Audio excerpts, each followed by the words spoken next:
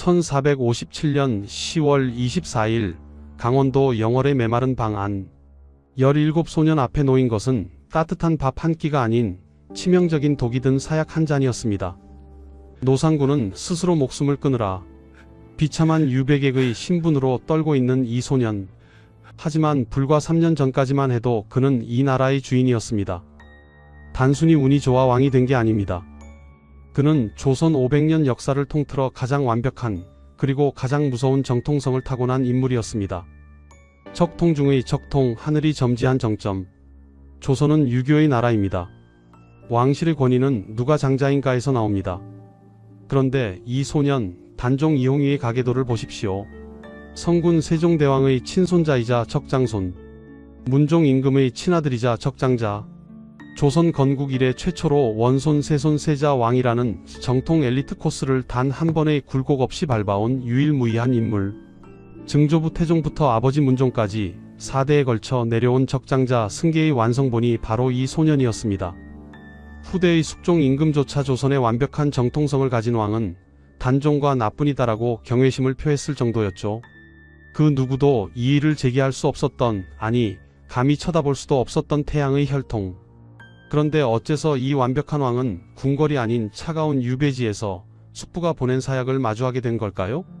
하늘이 내린 축복인 줄 알았던 그 고귀한 혈통이 왜 그에게는 잔혹한 저주의 굴레가 되었을까요? 조선 역사상 가장 화려하게 태어나 가장 쓸쓸하게 저물어간 소년왕.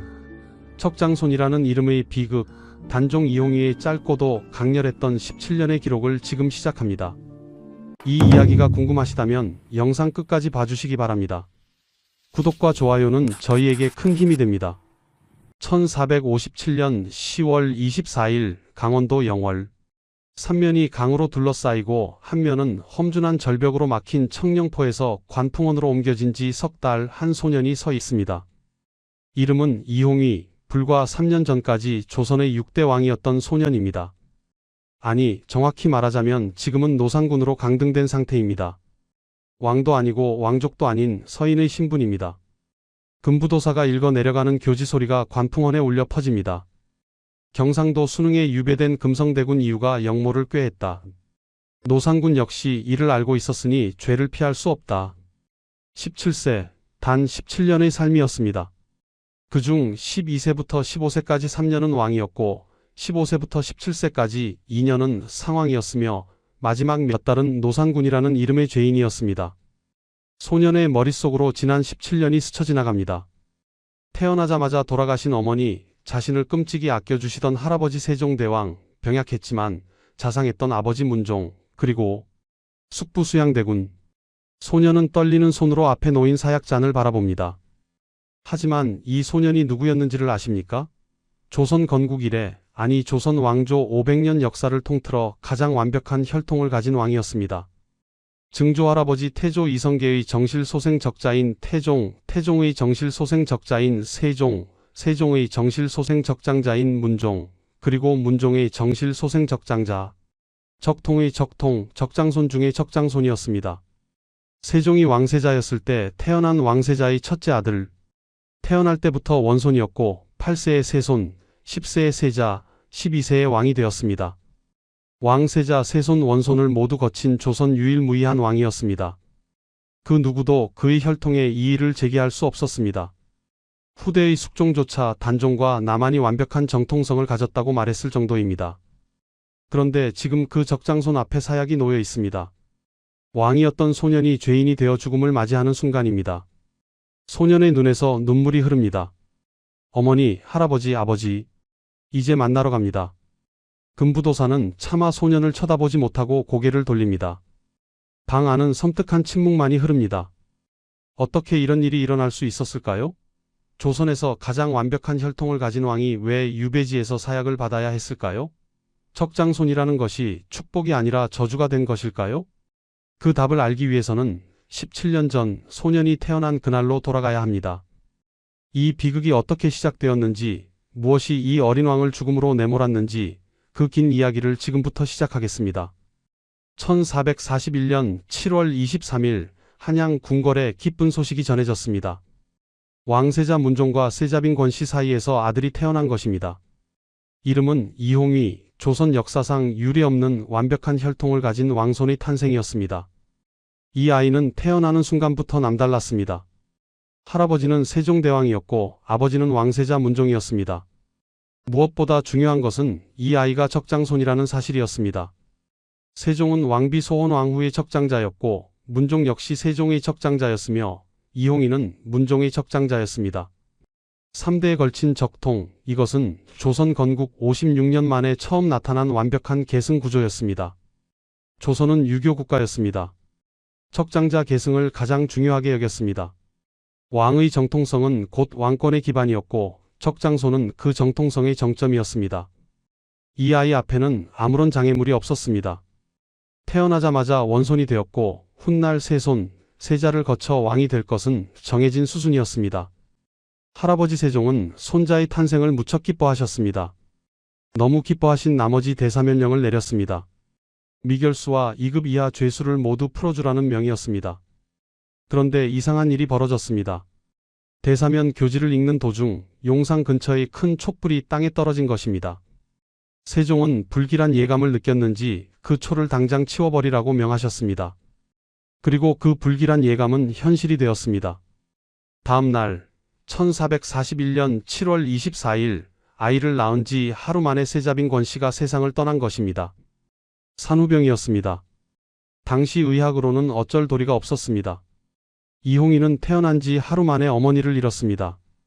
어머니의 얼굴조차 기억할 수 없는 아이가 되어버렸습니다. 세자빈 권씨는 후에 현덕왕후로 추존되어 소릉에 묻혔습니다. 하지만 어린 이홍이는 어머니가 누구인지도 모르고 자라야 했습니다. 그렇다면 이 어린아이를 누가 키웠을까요? 바로 세종의 후궁 혜빈 양씨였습니다. 혜빈 양씨는 이홍이가 태어나기 얼마 전에 아들을 낳았습니다. 그런데 혜빈은 자신의 아들을 제쳐두고 이홍이에게 직접 젖을 물렸습니다. 적장손을 키우는 것이 그만큼 중요한 일이었기 때문입니다. 어머니 소원왕후가 1446년에 돌아가신 후 혜빈 양씨는 이홍이의 가장 든든한 보호자가 되었습니다. 왕실에서 혜빈의 힘은 날로 커져갔습니다. 이홍이는 어릴 때부터 총명하기로 유명했습니다. 할아버지 세종은 손자를 무척 아꼈습니다. 내 적장손은 총명하고 어질다. 이 아이가 조선을 이끌 것이다. 세종은 손자를 직접 가르치셨습니다. 왕이 될 아이에게 필요한 모든 것을 교육하셨습니다. 1448년 이홍이가 8세가 되던 해 정식으로 왕세손에 책봉되었습니다. 이것은 당연한 수순이었습니다. 적장손, 그것만으로 충분했습니다. 그 누구도 이의를 제기하지 않았습니다. 제기할 수도 없었습니다. 혈통으로 본다면 이홍이는 완벽했으니까요. 왕세손이 된 이홍이는 본격적으로 미래의 왕으로서 교육을 받기 시작했습니다. 경서를 읽고 역사를 배우고 정치를 익혔습니다. 세종은 손자의 교육에 각별히 신경을 쓰셨습니다. 하지만 세종의 마음 한구석에는 늘 걱정이 있었습니다. 자신의 건강이 좋지 않았고 아들 문종 역시 병약했습니다. 혹시라도 자신과 문종이 일찍 세상을 떠나면 어린 손자가 혼자 남게 될 것이었습니다. 세종은 신하들을 불러 당부했습니다. 내가 죽거든 세손을 잘 보필하라. 문종이 일찍 가더라도 세손을 지켜달라. 황보인, 김종서, 성삼문, 박팽년, 신숙주. 세종은 믿을 만한 신하들에게 여러 번 손자를 부탁했습니다. 특히 김종서에게는 군사를 이끌고 한양으로 돌아오라는 명까지 내렸습니다. 북방 개척으로 공을 세운 김종서가 있다면 혹시 모를 변란을 막을 수 있을 거라 생각했던 것입니다. 하지만 세종이 진정으로 걱정한 것은 따로 있었습니다. 바로 숙부들의 존재였습니다. 세종에게는 아들이 많았습니다. 문종 외에도 수양대군, 안평대군, 금성대군 등 여러 대군들이 있었습니다. 이들은 모두 한창 혈기왕성한 나이였습니다. 특히 둘째 아들 수양대군은 야심이 있어 보였습니다. 세종은 수양대군을 조용히 지켜보았습니다. 문무를 겸비하고 능력도 뛰어났지만 그 눈빛에는 뭔가 위험한 것이 있었습니다. 하지만 문종이 있고 적장손 이홍이가 있는데 무슨 일이 있겠는가? 세종은 애써 걱정을 떨쳐냈습니다.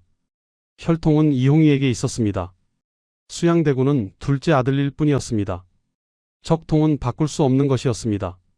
1450년 이홍이가 10세 되던 해 슬픈 일이 벌어졌습니다. 할아버지 세종대왕이 승하하신 것입니다. 세상에서 가장 든든한 버팀목을 잃은 순간이었습니다. 이홍희는 할아버지의 임종을 지켰습니다.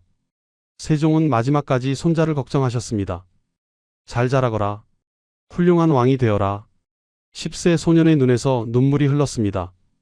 할아버지가 돌아가시고 아버지 문종이 왕위에 올랐습니다. 이홍희는 왕세손에서 왕세자로 개봉되었습니다. 이제 한 단계 더 왕위에 가까워진 것입니다. 하지만 그때는 아무도 몰랐습니다. 이 적장손의 운명이 얼마나 비극적으로 변할지, 혈통이 완벽하다고 해서 왕위를 지킬 수 있는 것이 아니라는 것을, 그리고 2년 후 더 큰 비극이 시작될 것이라는 것을 말입니다. 1450년 문종이 왕위에 올랐습니다.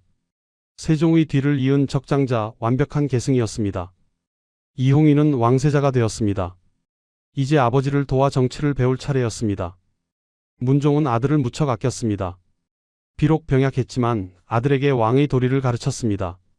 내가 훗날 이 나라를 이끌 것이다. 백성을 사랑하고 신하를 아끼고 나라를 바르게 다스려라. 10세 소년은 아버지의 가르침을 마음 깊이 새겼습니다. 하지만 문종의 건강은 날로 나빠져 갔습니다. 등창이 재발했고 여러 병이 겹쳤습니다. 문종은 자신이 오래 살지 못할 것을 알았습니다. 아버지 세종이 그랬듯 문종도 어린 아들을 걱정했습니다. 1452년 5월 14일 문종이 경복궁 천추전에서 승하했습니다. 제위 2년 3개월, 향년 39세였습니다. 너무 일찍 떠난 것입니다. 만약 문종이 10년만 더 살았다면, 아니 5년만 더 살았다면 역사는 완전히 달라졌을 것입니다. 하지만 역사에 만약은 없습니다. 문종은 임종 직전까지 신하들을 불렀습니다. 영의정 황보인, 좌의정 김종서, 우의정 정분, 고명 대신들이 침전에 모였습니다. 내 아들을 부탁하오. 세자가 어리니 잘 보필해 주시오. 문종의 마지막 유언이었습니다. 신하들은 눈물을 흘리며 약속했습니다. 전하, 염려 마옵소서. 세자를 목숨 걸고 지키겠나이다. 5월 18일 경복궁 근정문에서 즉위식이 거행되었습니다. 12세 소년 이홍희가 조선의 6대 왕이 된 것입니다. 조선 역사상 가장 완벽한 혈통의 왕이 탄생한 순간이었습니다. 적장손의 적장손, 그 누구도 이의를 제기할 수 없는 정통 중의 정통이었습니다. 즉위 교서가 반포되었습니다. 총 24개 조항이었습니다. 짐이 어리고 부족하오나 선왕의 뜻을 받들어 백성을 다스리고자 하오. 모든 일은 의정부와 육조에 물어 결정하겠소이다. 12세 소년의 목소리는 떨렸지만 의연했습니다. 백성들은 환호했습니다. 세종대왕의 적장손이시다. 훌륭한 성군이 되실 것이다. 혈통만으로도 충분했습니다. 이 소년은 왕이 될 운명으로 태어났고 이제 그 운명을 이루었습니다. 하지만 문제가 있었습니다. 12세는 너무 어렸습니다. 혼자서 나라실을 결정할 수 없는 나이였습니다. 보통 이럴 때는 대비가 수렴청정을 합니다. 어린 왕을 대신해 왕실의 어른이 정사를 돌보는 것입니다. 그런데 단종에게는 그럴 사람이 없었습니다. 어머니 현덕왕후는 단종을 낳고 하루 만에 돌아가셨고 할머니 소원왕후도 이미 1446년에 세상을 떠났습니다. 문종은 즉위 후에도 새로 왕비를 들이지 않았습니다. 상중이었고 곧 탈상을 하면 새 왕비를 맞이할 생각이었는데 그 전에 승하하신 것입니다. 결국 단종을 보호해줄 왕실의 어른은 아무도 없었습니다. 오늘날로 치면 초등학생 나이의 아이가 부모도 조부모도 없이 고아가 된 것과 같았습니다. 그래서 문종의 유언대로 고명 대신들이 단종을 보필하기로 했습니다. 영의정 황보인과 좌의정 김종서가 중심이었습니다. 특히 김종서는 세종 때부터 4대에 걸쳐 왕을 섬긴 노신이었습니다. 북방에서 사군 육진을 개척한 문무겸비의 명장이었습니다. 단종은 김종서를 아버지처럼 따랐습니다. 갑작스럽게 왕이 된 12세 소년에게 김종서는 가장 믿을 수 있는 어른이었습니다. 하지만 이것이 문제가 되었습니다. 인사를 할 때 황표정사라는 방식을 썼습니다. 3명의 후보자를 추천하면서 대신들이 낙점하고 싶은 사람 이름에 노란 표를 붙이는 것입니다. 왕은 그 표를 보고 도장만 찍으면 되었습니다. 이것은 어린 왕을 돕기 위한 임시 조치였습니다. 하지만 사람들은 수군거렸습니다. 왕이 허수아비가 되었다. 신하들이 왕권을 농단하고 있다. 왕은 이때 왕이 아닌 상황, 이것은 매우 위험한 일이었습니다. 한편 종친들의 힘도 만만치 않았습니다.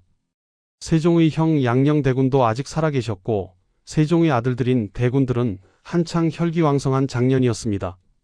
특히 수양대군과 안평대군이 두드러졌습니다. 이들은 단종의 숙부로서 상당한 영향력을 행사했습니다. 사헌부에서는 상소를 올렸습니다. 대군들에 대한 분경을 금지하소서. 신하들이 대군들에게 줄을 대는 것을 막아달라는 것이었습니다. 그만큼 대군들의 세력이 강했다는 뜻입니다. 수양대군은 조용히 지켜보고 있었습니다. 조카가 왕이 되었지만 실권은 김종서 등 대신들에게 있었습니다. 그리고 조카는 너무 어렸습니다. 혈통은 완벽하지만 나이가 문제로다. 수양대군은 측근들을 모으기 시작했습니다. 한명회, 권람, 홍윤성, 홍달손. 그들은 은밀히 만나 무언가를 계획했습니다. 하지만 표면적으로 수양대군은 충실한 숙부였습니다. 조카를 보호한다는 명분으로 여러 관직을 맡았습니다. 아무도 그의 속내를 알지 못했습니다. 단종은 총명한 아이였습니다. 비록 어렸지만 왕으로서의 자질을 갖추고 있었습니다. 경연에서 논어를 강론할 때 사무사란 무슨 뜻이요? 라고 물었습니다. 팍팽년이 대답했습니다. 생각에 간사함이 없고 마음이 바름을 뜻하옵니다. 단종은 고개를 끄덕였습니다. 과인도 그렇게 살겠노라. 12세 소년은 훌륭한 왕이 되고 싶었습니다. 할아버지 세종처럼 아버지 문종처럼 백성을 사랑하는 왕이 되고 싶었습니다. 하지만 현실은 녹록지 않았습니다. 권력은 대신들에게 있었고 숙부들은 호시탐탐 기회를 노렸습니다. 척장손이라는 완벽한 혈통도 왕이라는 지위도 12세 소년을 지켜주기에는 부족했습니다. 세종과 문종이 그토록 걱정했던 일이 현실이 되고 있었습니다. 단종 즉위 1년 만에 그 걱정은 폭풍이 되어 몰아칠 것입니다. 1453년 10월 10일 밤 한양거리에 피비린내가 진동했습니다. 그날 밤 무슨 일이 있었던 것일까요? 수양대군이 움직인 것입니다. 한명회, 권람, 홍윤성, 홍달손 등 측근들과 함께 오랫동안 준비해온 계획을 실행에 옮겼습니다. 가장 먼저 좌의정 김종서의 집으로 향했습니다. 수양대군은 직접 김종서를 찾아갔습니다. 영감, 급히 여쭐 일이 있어. 깊은 밤 수양대군이 찾아온 것을 이상하게 여긴 김종서가 나왔습니다. 그 순간 수양대군이 손에 든 철퇴를 내리쳤습니다. 70세 노신 김종서는 그 자리에서 쓰러졌습니다. 세종, 문종을 섬기며 사군 육진을 개척한 명장이 어린 단종을 지키겠다고 맹세한 충신이 한순간에 살해당한 것입니다. 같은 시각 궁궐 안팎에서 일제히 거사가 시작되었습니다. 수양대군의 무사들이 요충지를 장악했습니다.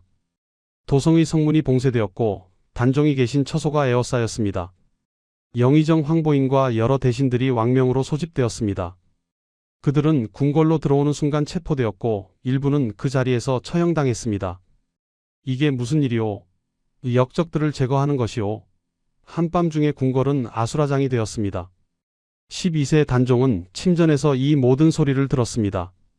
칼 부딪히는 소리, 비명소리, 발소리. 어린 왕은 두려움에 떨었습니다. 무슨 일이 벌어지고 있는 것일까요? 잠시 후 수양대군이 단종 앞에 나타났습니다. 피가 묻은 옷을 입은 채로 말입니다. 전하, 역적들을 제거했사옵니다. 역적이라니 무슨 말씀이시옵니까? 황보인과 김종서가 안평대군과 결탁하여 모반을 꾀했사옵니다. 신이 이를 미리 알고 처단했사옵니다. 12세 소년은 숙부를 바라보았습니다. 방금 전까지 자신을 보필하던 신하들이 역적이라고 했습니다. 자신을 아버지처럼 돌봐주던 김종서가 죽었다고 했습니다. 그럴 리가. 김영감께서. 단종의 목소리는 떨렸습니다. 하지만 무엇을 할 수 있었을까요? 12세 소년이 무엇을 할 수 있었을까요?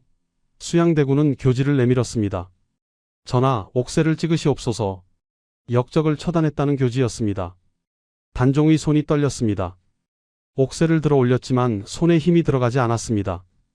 전하, 수양대군의 목소리가 날카로웠습니다. 단종은 떨리는 손으로 옥새를 찍었습니다. 탁! 그 소리와 함께 모든 것이 끝났습니다. 김종서, 황보인, 정분 등 고명 대신들이 역적으로 몰려 죽었습니다. 수양대군의 동생 안평대군도 강화도로 유배되었다가 얼마 후 사사되었습니다. 실권은 완전히 수양대군에게 넘어갔습니다. 수양대군은 영의정부사가 되었고 이병조를 겸직하며 행정권과 군사권을 모두 장악했습니다. 단종은 왕이었지만 왕이 아니었습니다. 이름만 있는 허수아비가 되어버렸습니다.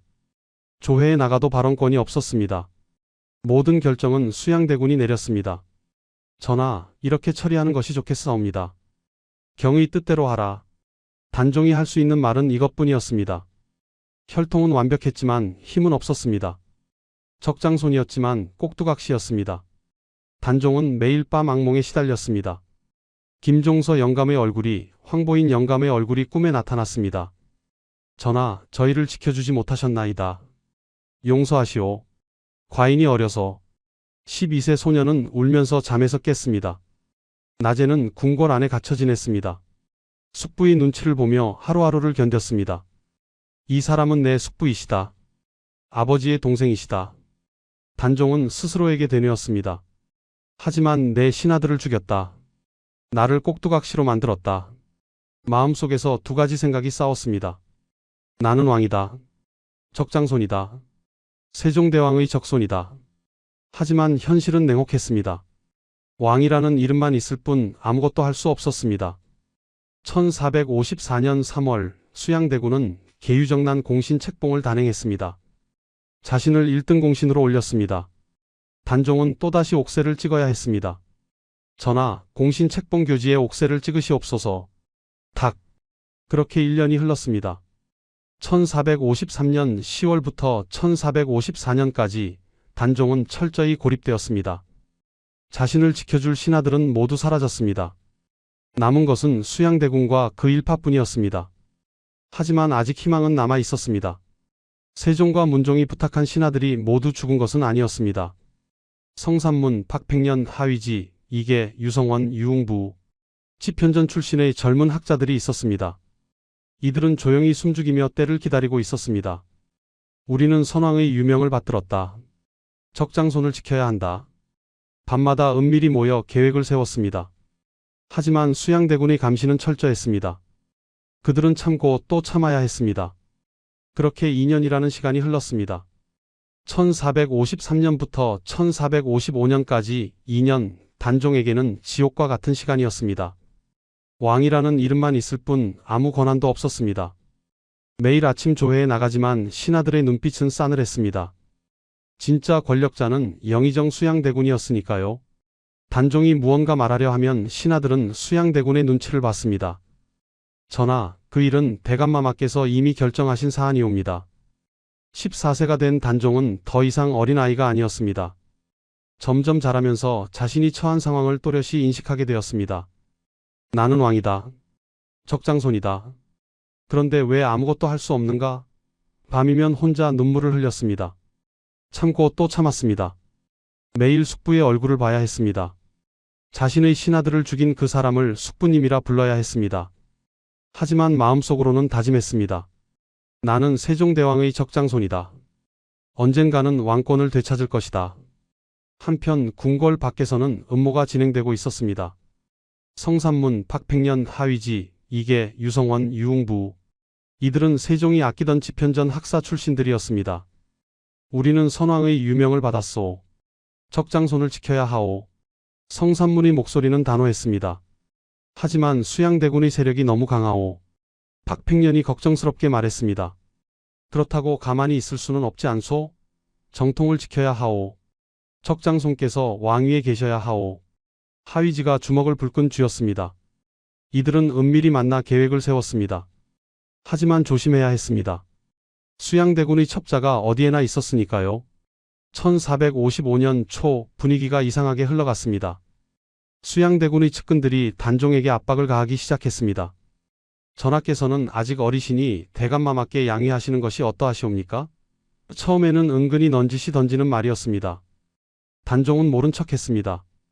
하지만 압박은 점점 강해졌습니다. 금성대군과 혜빈 양씨가 문제였습니다. 금성대군은 세종의 6째 아들로 단종을 진심으로 아끼는 숙부였습니다. 혜빈 양씨는 단종을 어릴 때부터 키운 유모나 다름없었습니다. 이 두 사람이 수양대군의 횡포에 반대하고 나섰던 것입니다. 이는 옳지 않은 일이오. 금성대군이 수양대군에게 항의했습니다. 형님께서는 조카를 이렇게 대하실 수 있어? 하지만 수양대군은 냉정했습니다. 국가를 위한 일이오. 혜빈 양씨도 단종을 보호하려 했습니다. 어린 주상을 지켜야 합니다. 하지만 이들의 저항은 오히려 화를 불렀습니다. 1455년 윤유월 신하들이 상소를 올렸습니다. 금성대군과 해빈 양씨가 영모를 꾀하고 있어옵니다. 유배 보내소서. 단종은 떨었습니다. 자신을 지키려던 사람들이 또 희생양이 되는 것이었습니다. 안 돼요. 금성 숙부와 해빈은 역적이 아니오. 하지만 단종의 항변은 묵살되었습니다. 신하들은 계속 압박했습니다. 전하, 결단을 내리셔야 하옵니다. 단종은 궁지에 몰렸습니다. 그리고 마침내 최악의 순간이 왔습니다. 전하, 대감마마께 양위하소서. 수양대군의 측근들이 단종을 에워쌌습니다. 15세 소년은 사방을 둘러보았습니다. 자신을 지켜줄 사람은 아무도 없었습니다. 할아버지도 아버지도 충신들도 모두 사라졌습니다. 단종은 무릎이 꺾였습니다. 1455년 윤유월 11일 단종은 수양대군에게 왕위를 넘겼습니다. 정확히는 넘긴 것이 아니라 빼앗긴 것이었습니다. 강제 양위였습니다. 옥새를 건네는 단종의 손은 떨렸습니다. 숙부님, 부디 백성을 잘 돌봐주소서. 15세 소년의 목소리는 처절했습니다. 수양대군은 옥새를 받아들었습니다. 그리고 즉위하여 세조가 되었습니다. 단종은 상황으로 물러났습니다. 왕에서 상황으로, 권력에서 완전히 밀려난 것입니다. 창덕궁 수강궁으로 거처를 옮겼습니다. 왕도 아니고 신하도 아닌 어정쩡한 존재가 되었습니다. 적장손이었지만 쫓겨난 왕이었습니다. 혈통이 완벽해도 왕위를 지킬 수 없었습니다. 힘이 없으면 정통성도 소용없었습니다. 단종은 수강궁에 홀로 앉아 있었습니다. 15세 소년의 눈에서 눈물이 흘렀습니다. 할아버지, 아버지, 용서하소서. 과인이 왕위를 지키지 못했습니다. 하지만 이것이 끝이 아니었습니다. 더 큰 비극이 기다리고 있었습니다. 수강궁에 갇혀 지내던 단종을 구하려는 움직임이 있었습니다. 성삼문 등 사육신이 마지막 계획을 세우고 있었던 것입니다. 반드시 상황을 복위시켜야 하오. 하지만 그들은 알지 못했습니다. 이 계획이 실패하면 단종에게 어떤 일이 벌어질지를 말입니다. 1456년 6월 창덕궁에서 연회가 열렸습니다. 명나라 사신 윤봉을 환영하는 자리였습니다. 세조와 신하들이 모두 참석했습니다. 술과 음악이 흐르는 화려한 밤이었습니다. 하지만 그 밤 은밀한 계획이 실행되려 하고 있었습니다. 성삼문, 박팽년, 하위지, 이계, 유성원, 유웅부 이들은 마지막 결단을 내렸습니다. 오늘 밤 세조를 제거하고 상황을 복위시킨다. 계획은 치밀했습니다. 연회장 주변에 벼룬검을 설치하고 세조와 그 아들들을 습격하는 것이었습니다. 성공하면 단종이 다시 왕위에 오를 것이었습니다. 정통이 돌아오는 것이었습니다. 적장손이 다시 왕이 되는 것이었습니다. 성삼문은 연회장으로 향했습니다. 칼을 품에 숨기고 심장은 요동쳤습니다. 반드시 성공해야 한다. 선왕의 유명을 받들어야 한다. 하지만 계획에는 치명적인 약점이 있었습니다. 바로 김질이었습니다. 김질은 사육신 중 한 명으로 계획에 참여하고 있었습니다. 그런데 김질은 마음이 약했습니다. 혹은 두려웠을지도 모릅니다. 거사 전날 밤 김질은 잠을 이루지 못했습니다. 만약 실패하면 우리 모두 죽는다. 가족들도 죽는다. 고민 끝에 김질은 장인 정창손에게 모든 것을 털어놓았습니다. 장인 어른, 큰일이 옵니다. 내일 거사가. 정창손은 깜짝 놀랐습니다. 이것이 사실이냐? 그리고 정창손은 밤중에 급히 세조를 찾아갔습니다. 전하, 영모가 일어나려 하옵니다. 세조는 즉시 움직였습니다. 연회가 시작되기 전 성삼문 등이 도착하기 전에 모든 것이 끝났습니다. 군사들이 출동하여 성삼문, 박팽년, 하위지, 이계, 유성원, 유웅부를 체포했습니다. 이들은 끌려와 국문을 받았습니다. 내 놈들이 영모를 꾀했다는데 사실이냐? 세조가 직접 국문을 주재했습니다. 성삼문은 당당했습니다. 영모가 아니오. 정통을 되찾으려 한 것이오. 정통이라니. 상왕께서는 적장손이시오. 세종대왕의 적손이시오. 왕위는 당연히 상왕께 있어야 하오. 박팽년도 굽히지 않았습니다. 나는 전하의 신하가 아니오. 상왕의 신하요. 심지어 세조를 전하가 아닌 거라고 칭했습니다. 하위지는 고문을 받으면서도 말했습니다. 죽여라. 나는 선왕의 유명을 받들었을 뿐이다. 세조는 회유를 시도했습니다. 내 편에 서면 용서해주겠다. 높은 벼슬도 주겠다. 하지만 아무도 굽히지 않았습니다. 우리가 받은 봉급은 상왕께서 주신 것이오. 한 푼도 쓰지 않고 창고에 쌓아두었소. 박팽년이 외쳤습니다. 세조는 분노했습니다. 더 이상 회유는 없었습니다. 고문이 시작되었습니다. 불에 달군 인두로살을 지지고 뼈를 부러뜨렸습니다. 하지만 이들은 끝까지 버텼습니다. 상황을 모르신다고 하라. 아니요. 상황께서 아셨소. 고문관이 다그쳤습니다. 성산문은 피를 토하며 말했습니다. 상황께서는 모르셨소. 우리가 알아서 한 일이오. 마지막 순간까지 단종을 지키려 했습니다. 단종이 연루되지 않게 하려 했습니다. 1456년 6월 사육신은 능지처참에 처해졌습니다. 사지를 찢는 극형이었습니다. 그들의 가족들도 죽거나 노비가 되었습니다. 남자들은 모두 처형되고 여자들은 공신의 노비로 분배되었습니다. 삼족이 멸문당했습니다. 처참했습니다. 단종은 수강궁에서 이 소식을 들었습니다. 성영감, 박영감, 하영감 모두 죽었다고? 16세 소녀는 주저앉았습니다. 내가 알았다면 말렸을 것을. 내가 알았다면. 하지만 이미 늦었습니다. 정통을 지키려던 충신들이 하나씩 사라졌습니다. 그리고 이 사건은 단종에게 더 큰 재앙을 가져왔습니다. 사육신 사건 이후 세조의 측근들이 상소를 올렸습니다. 상왕께서도 이 영모에 연루되었을 가능성이 있어옵니다. 상왕을 한양에서 내쫓으소서. 세조는 고민했습니다. 조카를 죽일 수는 없었습니다. 아직은 그럴 수 없었습니다. 하지만 한양에 두기에는 위험했습니다. 1457년 6월 21일 결정이 내려졌습니다.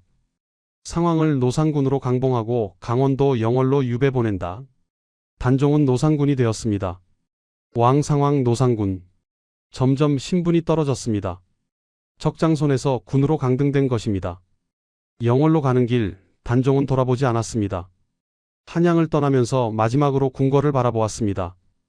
다시는 돌아오지 못하겠구나. 16세 소년의 눈에서 눈물이 흘렀습니다. 1457년 6월 단종은 영월로 향했습니다. 정순 왕후와도 생이별을 해야 했습니다. 아내를 한 번도 제대로 안아보지 못한 채 헤어져야 했습니다. 영월까지의 길은 멀고도 험했습니다. 한양에서 영월까지 백성들이 길가에 늘어서서 울었습니다. 어린 주상마마, 적장손이신데? 단종은 고개를 들지 못했습니다. 왕이었던 자신이, 적장손이었던 자신이 이렇게 초라한 모습으로 유배를 가는 것이 부끄러웠습니다. 영월에 도착한 단종은 청령포에 유폐되었습니다. 청령포는 3면이 서강으로 둘러싸이고 한 면은 육육봉의 험준한 절벽으로 막힌 곳이었습니다. 배를 타지 않고는 나갈 수 없는 육지 속의 섬이었습니다. 작은 초가집이 단종의 거처였습니다. 왕이 살던 화려한 궁궐과는 너무나 달랐습니다. 16세 소녀는 하늘만 보며 지냈습니다. 가끔 관음속 밑에 앉아 시를 썼습니다. 이 몸이 죽어가서 무엇이 될꼬 하니 복내산 제일봉에 낙낙장송되었다가 백설이 만건곤할제 독야청청하리라. 외로웠습니다. 무서웠습니다. 16세 소년이 감당하기에는 너무 큰 고통이었습니다. 매일 한양을 바라보며 노산대에 올랐습니다.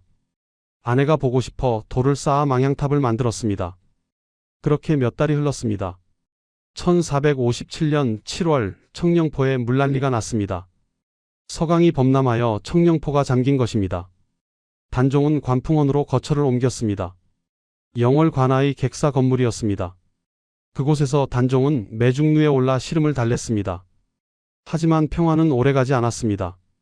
1457년 9월 충격적인 소식이 들려왔습니다. 경상도 순흥에 유배되어 있던 숙부 금성대군이 단종 보기를 계획하다가 발각된 것입니다. 금성대군과 순흥부사 이보음이 군사를 모아 거사를 준비했습니다. 하지만 안동관노의 밀고로 발각되었습니다. 금성대군은 사사되었습니다. 그리고 그 책임이 단종에게까지 미쳤습니다. 노상군이 또다시 영모에 연루되었다. 세조의 측근들이 상소를 올렸습니다. 이제는 더 이상 참을 수 없사옵니다. 노상군을 죽이소서. 세조는 더 이상 버틸 수 없었습니다.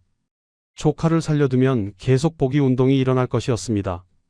결국 결정을 내렸습니다.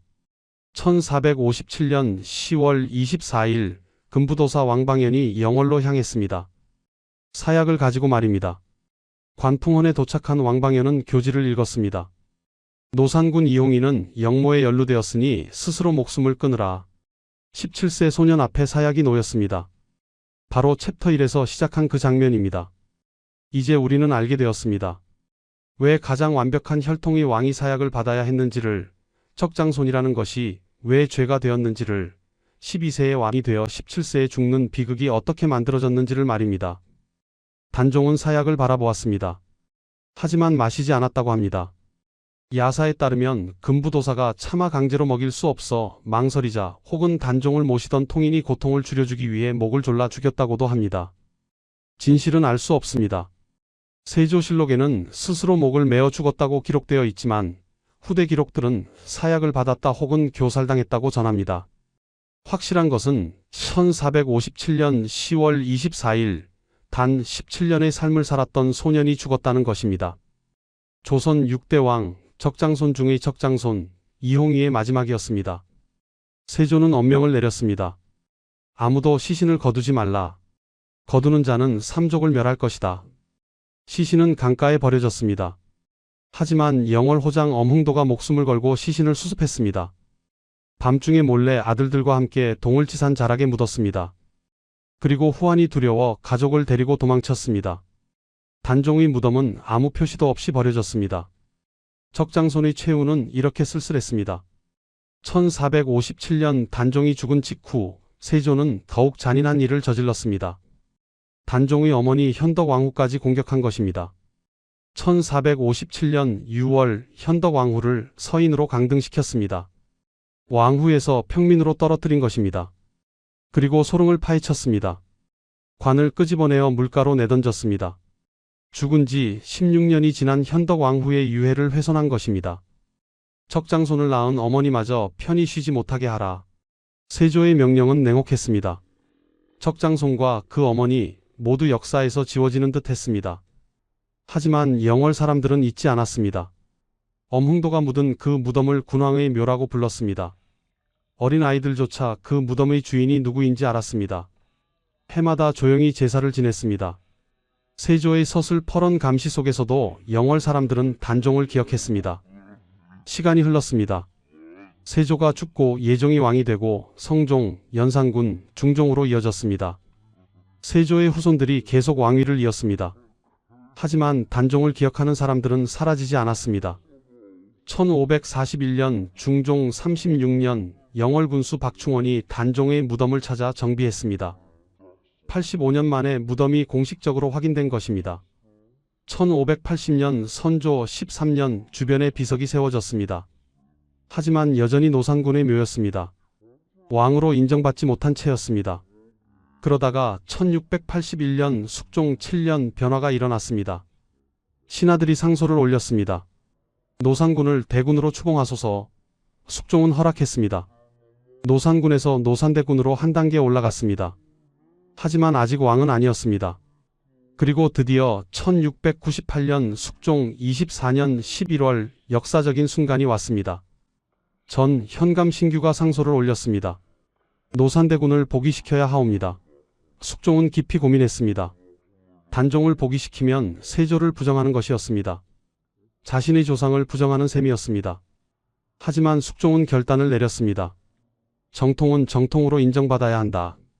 1698년 단종이 죽은 지 241년 만에 왕으로 복위되었습니다. 묘호는 단종, 시호는 공의온문순정 안장경순도뇨대왕이었습니다. 능호는 장능이었습니다. 적장손이 드디어 왕으로 인정받은 것입니다. 1699년 어머니 현덕왕후도 복위되었습니다. 훼손당했던 무덤도 다시 정비되어 문종 옆 현능에 합장되었습니다. 사육신도 복권되었습니다. 성산문, 박팽년, 하위지, 이계, 유성원, 유웅부에게 벼슬이 추증되었습니다. 정통을 지키려다 죽은 충신들이 명예를 되찾았습니다. 영월 장릉은 정비되었습니다. 하지만 엄흥도가 묻은 그 자리 그대로였습니다. 조정에서 직관을 보내 살펴보니 이미 명당이었기 때문입니다. 엄흥도는 풍수에도 밝았던 것입니다. 그래서 장릉은 조선 왕릉 중 유일하게 한양에서 먼 곳에 있는 능이 되었습니다. 경국대전에는 왕릉을 도성에서 100리 이내에 모셔야 한다고 했지만 단종의 장릉만은 예외가 되었습니다. 지금도 영월에 가면 단종의 흔적을 볼 수 있습니다. 청령포의 관음송은 600년이 넘었지만 여전히 서 있습니다. 단종을 지켜보고 단종의 울음을 들었던 나무입니다. 노산대에는 망향탑이 남아 있습니다. 단종이 아내를 그리며 쌓았던 돌탑입니다. 관풍원은 복원되어 단종의 마지막을 기억하게 합니다. 그리고 장릉에는 매년 많은 사람들이 찾아옵니다. 17세의 생을 마감한 어린 왕을 추모하기 위해서입니다. 단종의 이야기는 우리에게 무엇을 말해줄까요? 혈통만으로는 왕위를 지킬 수 없다는 것, 힘이 없으면 정통성도 무용지물이라는 것, 하지만 동시에 정의는 늦더라도 반드시 온다는 것입니다. 241년이 걸렸지만 단종은 결국 왕으로 인정받았습니다. 적장손의 정통성이 역사에 기록되었습니다. 사육신의 충절도 인정받았습니다. 역사는 진실을 기억합니다. 권력은 영원하지 않습니다. 세조는 왕이 되었지만 역사는 그를 찬탈자로 기록했습니다. 단종은 쫓겨났지만 역사는 그를 정통으로 기록했습니다. 하지만 한 가지 의문이 남습니다. 단종은 정말 왕이 되고 싶었을까요? 12세 소년에게 왕위는 축복이었을까요? 저주였을까요? 만약 사육신의 거사가 성공했다면 어떻게 되었을까요? 만약 문종이 10년만 더 살았다면? 만약 현덕왕후가 살아계셨다면? 만약 소원왕후가 손자를 지켜주셨다면? 역사에 만약은 없습니다. 하지만 우리는 생각해 볼 수 있습니다. 적장손으로 태어난 것이 행복이었는지 불행이었는지를 말입니다. 단종은 17년을 살았습니다. 그중 12년은 왕이 되기 위해 준비했고 3년은 왕이었고 2년은 유배지에서 보냈습니다. 너무 짧은 생이었습니다. 하지만 그 짧은 생 속에 담긴 비극과 충절, 그리고 정의의 이야기는 500년이 지난 지금까지도 우리 가슴을 울립니다. 지금까지 조선 6대 왕, 적장손 중의 적장손, 단종 이홍희의 이야기였습니다. 혈통과 권력, 정통과 찬탈, 그리고 정의에 대해 생각해보는 시간이 되셨기를 바랍니다.